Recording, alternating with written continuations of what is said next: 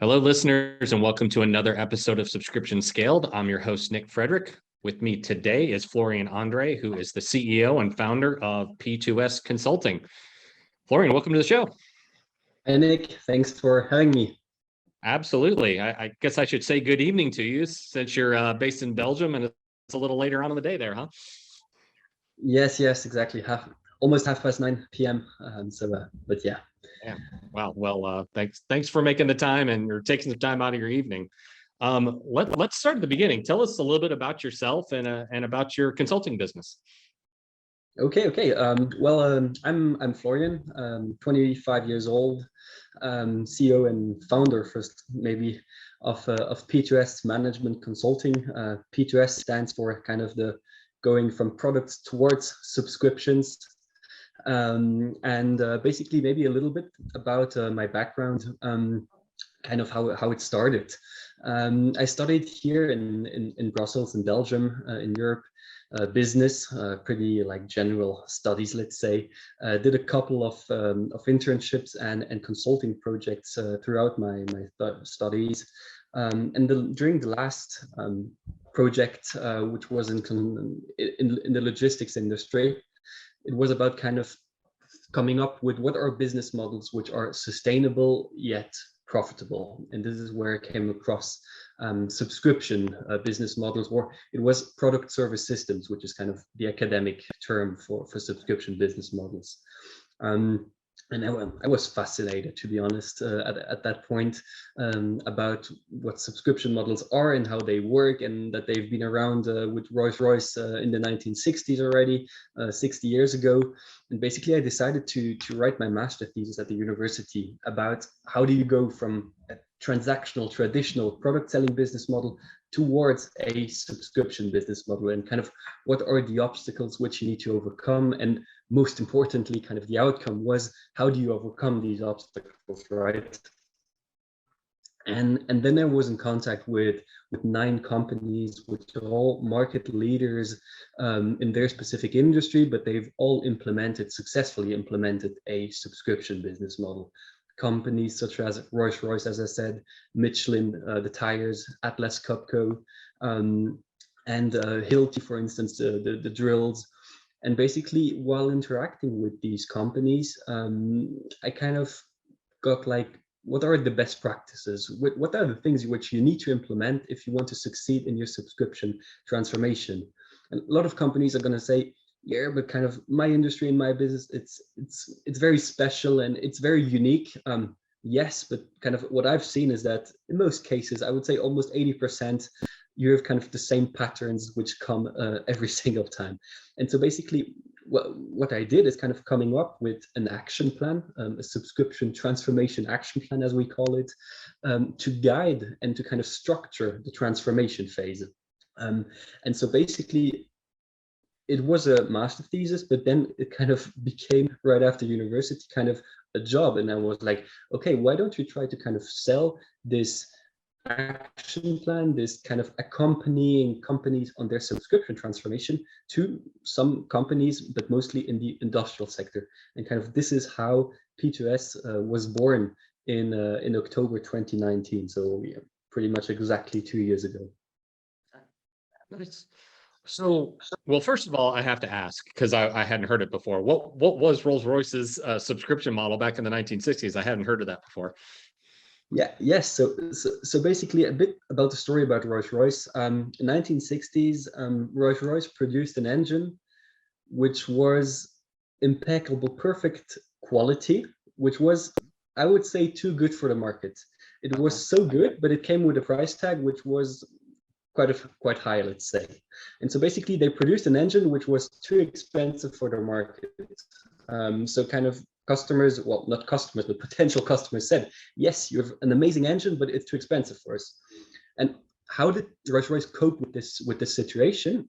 They thought about a new business model. And this new business model was not selling the turbine. So basically, yeah, I forgot to say, Rolls Royce, not the cars, not the luxury cars, but kind of in the aerospace industry here. So it's producing the jet engines, the engines, the turbines. Mhm. Exactly. So kind of the idea was not to sell a turbine, which can cost between 10 to $40 million for one turbine. I mean, on a plane, you need at least two, right? Kind of the idea was here to provide the turbine to the customer and make the customer pay per flying hour. And kind of this was the first subscription package. So it was providing the engine to the customer, but like bundling a series of complementary services, such as maintenance, overhauls, spare parts, etc., into a kind of complete pack, which they would provide to the final customer. And the customer, which is an airline company, they would pay per hour where the turbine is running. So basically, this is kind of how it started. And I think it was 1965, where almost 60 years ago. This is kind of the first subscription model, at least known to me, Right. and kind of how it started. That is very interesting. Do they still use this model today? Yes, they still use it today, and they've more than 50% of market share in the passenger segment. Wow. That is interesting, So and perfect example of industrial subscription B2B, right? Yes, exactly. So this is B2C, and chances are that whenever you take a plane, commercial flight, and one out of two is that it's powered by a Rolls Royce engine, and even the competitors took over this kind of Rolls Royce's competitors took this kind of business model as well, and are using it. We adopted the same thing. Well, yeah, if it works, yeah, what sounds like a great model. I'm curious, especially here in the US, when consumers in particular hear the word subscription, it has a certain association with it of typically a lower priced product. Usually it's something that you're going to get on an interval basis that's the exact same interval. So you might be paying a price, you're going to get either a physical good or access to some sort of digital good for a period of time, whether that, you could put insurance into that category, but membership clubs and access to streaming video or things like that. I think that's typically what consumers think of when they think of subscription. It's a pricing arrangement, and it's a fixed period of time. But when I think you start talking about industrial, especially B2B applications of subscription, do you think there's a perception that needs to be changed in terms of what that means? And especially when we start talking about things like car subscriptions and jet airplane engine subscriptions and things like that. Do you ever have to overcome that with your clients of, hey, you might be thinking of subscription as X, but really you need to think about it in a different way? Yeah, it's really funny that you say that, Nick, because I would say, okay, maybe in the B2C industry, but kind of in the B2B industry, it would be more or less the opposite way around, in the sense that a subscription model would basically allow to have access to a more premium product, actually. So basically here with Rolls Royce or with other brands, it's kind of, yes, these are products which are premium in most cases, but since they're made available via a subscription model, they become, let's say, more affordable, or at least they have a lesser impact on the cash flow of a given customer. So how would you say in that way, what are the key differences between that and like traditional leasing, where you might have a third party that's kind of financing it for you, but you're just paying perhaps depreciation costs or something like that? Yes, I mean, we get this a lot, kind of customers or just people saying, oh, this is leasing, basically. And like, subscriptions is not leasing. Subscriptions are not leasing. Leasing I associated with kind of just, let's say, the financing part. Then you have operational lease, where you have kind of a certain series of services which are included. And then on top of that, I would say you have subscriptions. Subscriptions, the product is still there, but you have so many different kind of complementary services which are bundled in this complete pack, that in the financing aspect, which is there in the financial lease, it's just one feature of the complete subscription offering. I would say it's not just about the financing aspect. Yes, the financing aspect is very important, and you're kind of transforming capex to opex, so capital expenditures to operation expenditures. It's tax deductible. Yes, this is one argument. It's one, let's say, commercial tool, but it's not all what subscriptions are about. Right. I think that's been an obstacle for particularly automakers, as some have explored the subscription model. I mean, leases have been around for decades, right? And consumers know leases very well and kind of what that means. But when you start talking about like Volvo's subscription or Ford's subscription, and you start talking about, well, yes, it's you're of course paying for the depreciating costs of the car itself, but typically maintenance is included. In most cases, insurance is included. You have the rights to upgrade or downgrade at certain points. You know, in the life cycle, it really in those ways becomes a very different product, right? Yes, exactly. I mean, in the car industry, I mean, you have the classic lease, where basically you take a lease for your particular car, and then let's say you're stuck with your car for 4 to 5 years in general. Maybe you get a fuel card even with it. But this is, let's say, the classic lease. Then on the other hand, you have subscription models. I would differentiate between two subscription models, which are on one side kind of what Volvo is offering, what Porsche is offering, what Chrysler is offering. And then you have the car sharing, which is also a kind of subscription model. Maybe on one side, Volvo or Porsche, they're offering a fixed price per month, and then of course you have different packs. You have a light, a medium, and a premium pack, and then with this given pack you have access to a number of cars which you can change every week if you want to. So basically, if you want to go into the city, you get a small car. If you want to go to the mountains, you get a 4x4. If you're gonna go to the seaside, you might get a convertible. This is kind of what the subscription model is about from Volvo or Porsche, which is different from a traditional lease. And then you have kind of the car sharing also, which is also a kind of subscription, where it's more like mobility as a service. I would say car as a service, where as a consumer you pay per minute or per driven kilometer. And everything is included. I mean, taxes, fuel, insurance, even parking tickets. I think the only thing which is not included is kind of speeding fines. But other than that, everything is included. Well, and I think if you look at today's consumers, one of the things that they value the most is flexibility, right?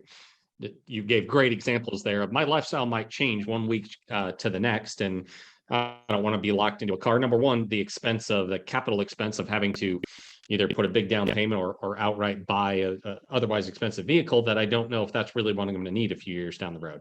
Not to mention the very unpredictable costs associated with maintenance and repairs and things like that can happen along the way. And I think if there's anything we know about, especially younger generations these days, is they just want that freedom. They don't want to be locked into things for a long term. So I think those types of programs are very attractive to them, right? Yes, exactly. Flexibility is very, very important, I think, especially for younger generations. And subscription models allow this. Subscriptions model allow you can cancel your subscription, you can upgrade your subscription, you can downgrade your subscription. Of course, there are always conditions. I mean, you cannot just do it like that without any cost in most cases. But you have a lot of flexibility. This is, I think, one aspect which is very, very important. But you have another aspect which I see a lot in the B2B industry, and especially in the industrial B2B industry, which is this peace of mind. As a customer, you outsource the operational risk of your machine, your product. You don't have it on you. You don't support this risk. You outsource the operational risk towards the subscription provider. And this kind of peace of mind of not having to put some money aside in case something happens, this, in some cases, it brings a lot of value, but it's not always easy to put kind of a price tag or a number behind this peace of mind and tranquility. That's a really good point. And I think especially when you're talking about higher ticket items that larger organizations might be using, I bet the CFOs can quantify the amount of money that or access to capital or funds that needs to be there in the event that something does go wrong, versus being able to say, no, to your point, I've offloaded that risk to somebody else. Now I've freed up cash that I can use for other higher value investments instead of, kind of the rainy day fund. Yes, exactly. But then it kind of, sometimes this approach of the TCO, the total cost of ownership approach, is not always kind of the best way to go for it, in the sense that, and which do bring some sort of tranquility of added value to the customer. So just, I mean, a subscription model, it's hard to compare it, to be honest. We have a customer, for instance, which we work for in the ventilation, so the HVAC industry. You have a traditional model where they sell something. So basically you sell a ventilation system towards your customer. And then there's the subscription offering where you sell, let's say, purified and clean air to the final customer. But you cannot compare just the two models between having your machine on one side, okay, it cost me this much. And then on the other side, the subscription is, okay, the machine plus all the complementary services. I mean, you don't compare the same things here. So a subscription, in the end, it's in most cases going to be more expensive for the customer. I mean, you're not going to lie. I mean, I'm not going to lie, sorry. And kind of, why is a company implementing, and why does it want to offer some sort of subscription to their customers? Of course, I mean, for me, there are two main arguments. The first one is pretty obvious: the recurrent revenue. I mean, this is pretty clear to everyone, I guess. But then I think, which is the most important part, is kind of truly get to know your customers. With this subscription business model, you're able to build a much deeper relationship with your customers, and you get a lot more insights about what they like and what they don't like. And this in turn helps to develop your product, to increase and enhance your product. And so this part of building a lasting relationship with your customer, I think this is the most important argument of opting for a subscription business model as a company, offering a subscription model to your customers. Yeah, I couldn't agree more. I talk all the time about how, there was loyalty, right? Loyalty programs, points programs, and, recurring customer programs. And then there was subscription over here, and these two worlds really didn't interact with each other, but they're really coming together in a whole lot of ways.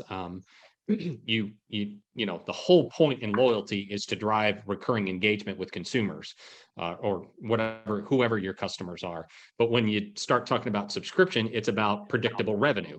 And actually, in a lot of cases, giving your customers access to premium benefits, premium level of service, which again is one of the things that loyalty is trying to achieve, or one of the benefits of loyalty programs. So bringing those two things together, and I think a good example of that in the US is, BP has offered a kind of a premium loyalty program, where for, I think it's like $8 or $9 a month, you have access to the lowest price gas at any station for 50 miles around, or something like that. Like, you don't have to go from station to station to try to find the best one. We're going to guarantee that we're going to give you the best price. So you're getting recurring revenue from those customers. You're incentivizing them to come to only your stations and not to a competitor across the road. And then you're giving them that peace of mind of, okay, I may have paid for this premium over here, but I know I'm going to save money, because as long as I'm coming back to you and part of this program, I'm always going to get the best price. Yeah, no, exactly. I think there's also an interesting thing to talk about, and it's the pricing. In most cases, when you think about a subscription, and basically the funny thing is, when you ask someone, okay, what is the first subscription that comes to your mind? Netflix. Okay, this is just good advertisement for them at the moment, but every single time Netflix comes up, to be honest. But the funny thing about pricing is, you have so many different subscription pricings that exist, I mean, we're always talking about this kind of time-based pricing, where you pay a fixed fee every day, every month, every week, every year. This is kind of pretty traditional, pretty traditional. But then you have also different sorts of pricing, which is usage-based pricing. You have output-based pricing, you have performance-based pricing. So you have a lot of different, or you have a combination of all of them. So basically you have a lot of different pricing strategies. And basically in a subscription model, the aim is kind of to offer more value to your final customer. And I think that it's best for a subscription provider to kind of try to tie the pricing metric to what the customer is after. If we take an example, for instance, Michelin, but Goodyear is doing the same. The tires, the French company Michelin, we say here. But basically, the idea is, yes, they sell tires, but now they've developed a program where they offer driven kilometers. And so basically here, the idea is that for trucks mainly, but they also do it for airplanes in terms of landings. But basically the truck company doesn't buy the tires anymore, but they pay X cents per kilometer driven. And Michelin has an incentive to reduce the downtime, so the flat tires. They have an incentive to reduce the consumption also, so the fuel consumption. And so basically what I think, to be honest, which is the most fascinating thing about subscriptions, is that the incentives are aligned of all parties, whether it be the subscription provider, whether it be the customer, or our planet even.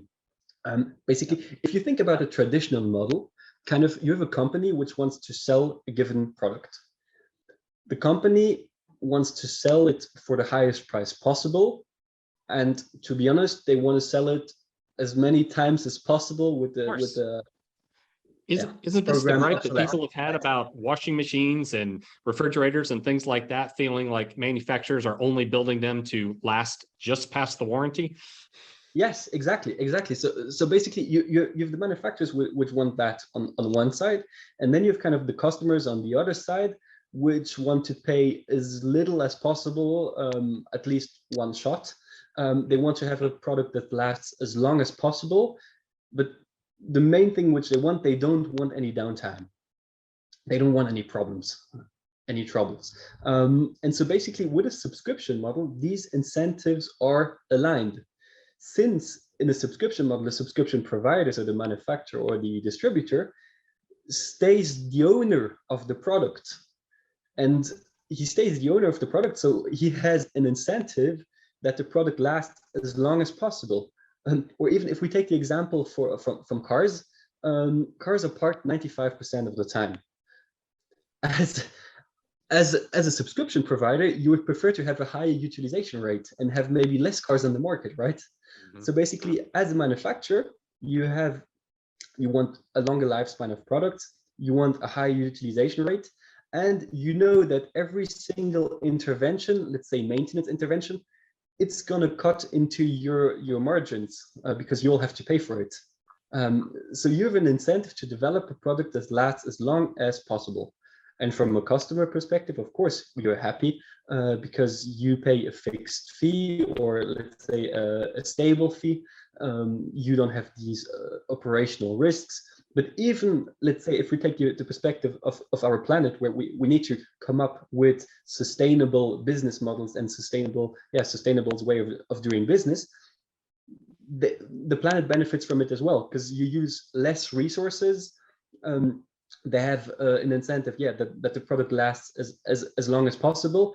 And the interesting thing is also, it opens up a market, a second-hand or a third-hand or fourth-hand market. Kind of who is best in place to kind of take back a product than the manufacturer itself. They can recycle it, they can reuse it, they can remanufacture it. So this opens up also a lot of possibilities and a lot of opportunities to make additional money for manufacturers and distributors. Absolutely. Well, Florian, I want to get a little bit into your consulting business and what you guys do and how you serve customers. But let's start with like, tell us about who your target audience is, what your client base looks like, and where are they at in their subscription journey when they come to you? Have they already decided that, yeah, we want to do subscription, we just need to help with how to get there? Or are they still trying to help make the business case? Where do you guys come in? So basically, what we do is we help, whether it be manufacturers or distributors, to guide them throughout their subscription transformation journey. So basically, this is what we do as a consulting company, but I don't like to call it consulting in the sense that, yes, we do strategy consulting, but we do the implementation as well together with the client. So it's kind of really accompanying them and being an accelerator, let's say. So who do we work with? We're focused on the B2B industrial sector at the moment. But to be honest, we can help any company which produces a physical, tangible good. And to come back on your question about what is the state of their subscription model or their advancement, it really depends, but what we see and what works best is if they have already thought about it. So that the management of the company have thought about, okay, how do we put in place some sort of recurring business in our given business? But kind of they've thought about it, but either they didn't have the time, they didn't have the knowledge, or they didn't have kind of an action plan of, okay, it's cool to think about how we're going to kind of take the business model of Netflix and adapt it to our company, to our business. But concretely, how are we going to do this? And this is kind of where we come in place, and we say, okay, we have an action plan. We know how to transform your business from a traditional selling model towards a subscription model, and we're going to guide you all the way. Basically, a subscription transformation is going to impact every single department of a company, whether it be pricing, finance, sales, legal department, IT, marketing, whatever. Everything is going to be impacted and everything needs to be adapted. And so basically our action plan, we guide our clients throughout this whole transformation.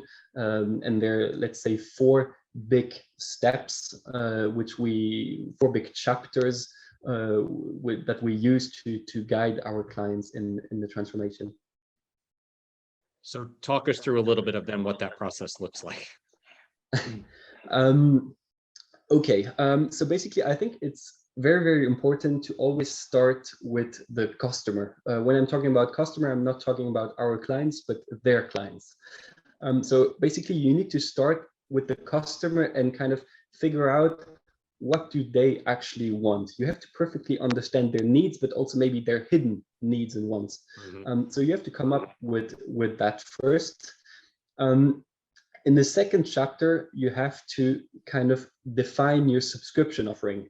So basically you take all the kind of features which the customers want and you kind of repackage them into a recurring solution, let's say. Then it's always important also to offer the choice to the final customer. So we develop different packages, subscription packages. We work on the pricing, we work on the contract. So these are all things which need to be taken into account. Once the kind of subscription offering has been developed, you go to the internal organization. So basically, there are a lot of things that change. If you have a traditional selling model, you have salespeople which sell something, but then kind of that's it.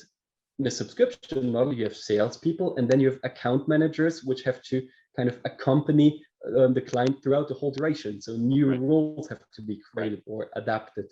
Then you have to take into account, okay, maybe a financing structure has to be created where an external bank or financial organization is going to buy the product and kind of offer them again to the customer. So financing has to be accounted for. The accounting implications are going to change. The ERP and CRM system is going to be impacted. The sales and marketing strategy has to be adapted. So basically you have to really look into the organization, and we kind of see what needs to change there.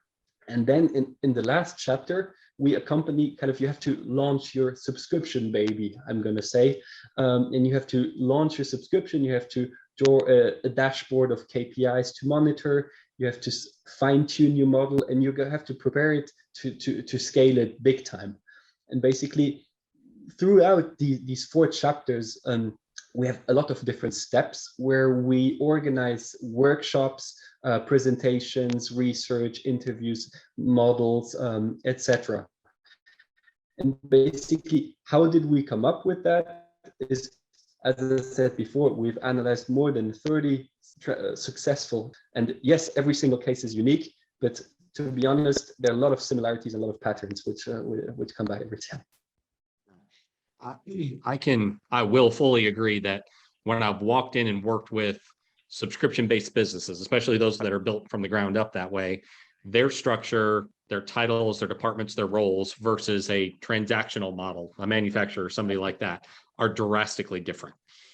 Roles are different, titles are different, focus of each individual is different, and just the mindset is different when you talk about recurring relationships versus more transactional ones. But when you're working with clients and going through that transformation, you talked about the subscription baby that you're going to put out in the market first.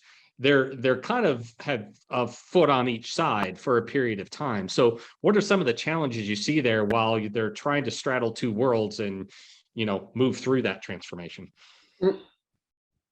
The very good news is with subscriptions, there's no, let's say, cannibalism.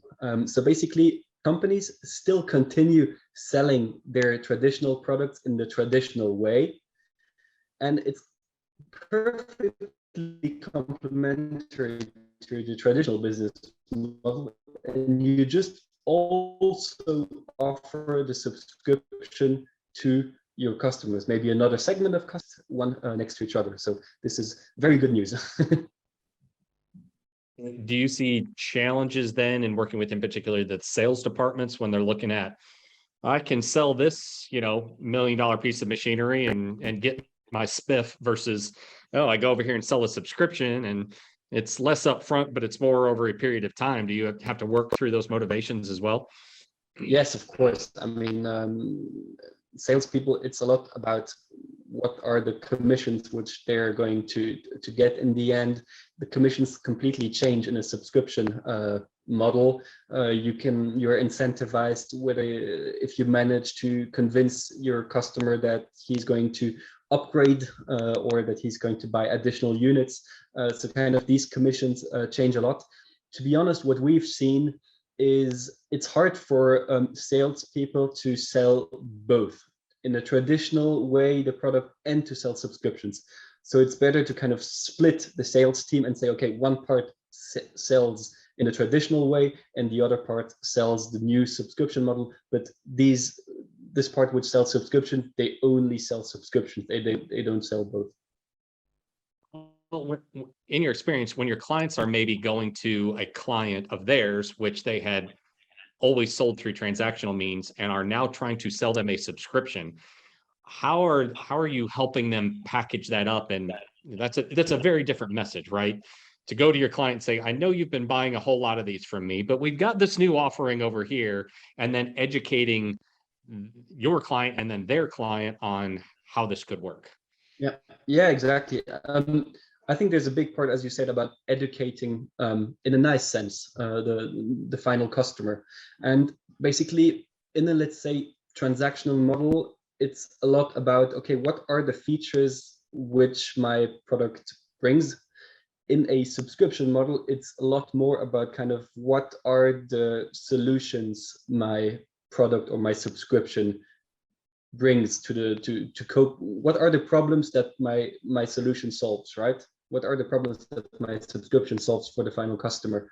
And so basically, you have to change and adapt, I think, your speech, and really talk about what are the problems that it solves, and underlying the fact that the operational risk is outsourced, that you have a fiscal optimization which can be done, your flexibility, etc., etc.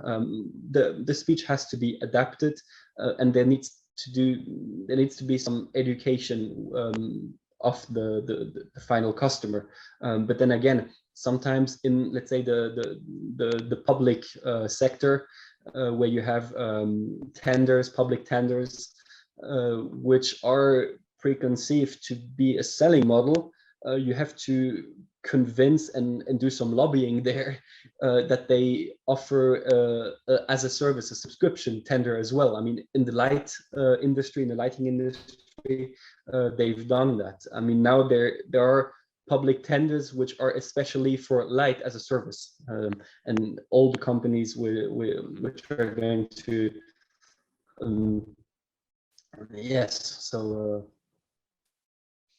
Well, that's interesting. Kind of leads into my next yeah, question. I don't know what I We was talked gonna about, of course, auto and jet engines and now lights. Are there any industries or verticals that you're seeing which are kind of ripe for that sort of transformation, to going from selling a particular product to selling what that product does as a service? I mean, I would say in the, let's say, building industry, so everything that relates to a building, whether it be the stair lifts,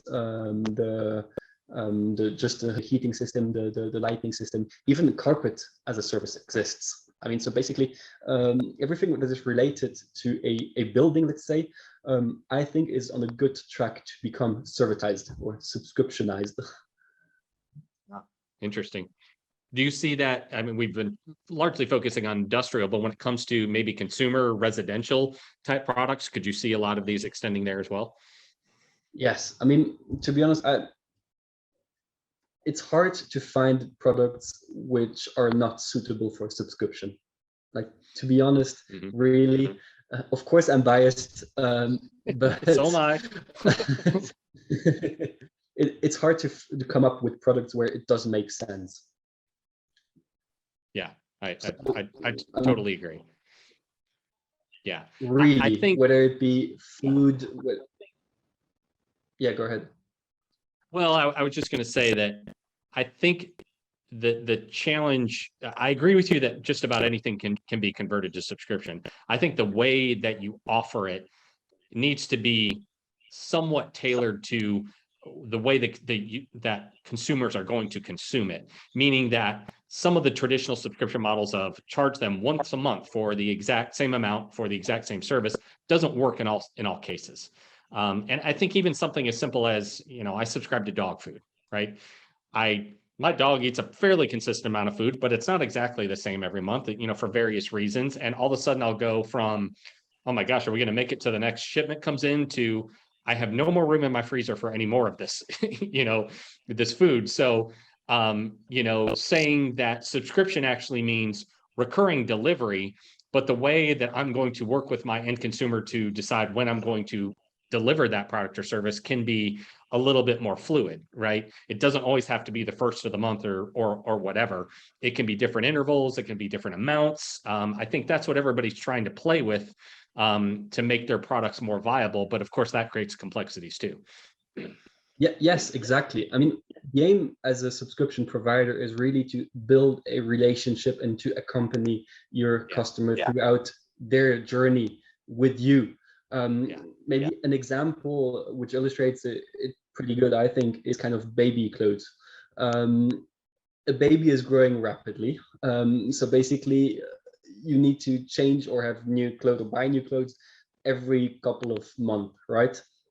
And so basically here it makes a lot of sense that as a baby clothes distributor or manufacturer, that you offer some sort of subscription to your final customers, and that after, let's say, 2, 3, 4, 5 months, you take back the clothes and offer some new clothes as a subscription for the coming couple of months. And of course, then you can say, okay, I don't like this color, I don't like that color, and kind of adjusting. You can have some accessories. It allows to do cross and upselling. But the aim is really, as a subscription provider, to accompany your customer and to provide the best experience possible. I'm not saying best product possible, but kind of best solution, best experience. Yeah. Yeah, couldn't agree more. Well, Florian, I feel like we could sit here and talk about this for hours longer, but if there are any particular questions that the listeners have that they want to reach out to you or just learn more about your products or services, how can they, what's your website and how can they get in contact with you? Yes, our website, it's pretty easy, as the company name, P2S, so P2S.be for Belgium. But if you type P2S Management Consulting into Google, you should find us. I hope our SEO is good enough for that. Is up at the top. Yeah. I hope it is. And yeah, basically what we do, we help any type of manufacturer, distributor on their subscription journey, whether they are at the beginning of their thought process, maybe they've already put in place something, but it didn't work out. So always happy to have a chat and see if we can help in one way or the other. And though you guys are based in Belgium, you'll work with organization anywhere around the world, right? Yeah, I mean, I think as long as we speak the language, and we have people that speak German, French, Spanish, Italian. So I think the only boundary would be the time difference. Wouldn't be as easy to do a project in Australia for us in Europe. But other than that, yeah, there's no real boundary. And COVID has helped in some way that we have digitalized our whole process as well. So we don't have to be physically with the customer.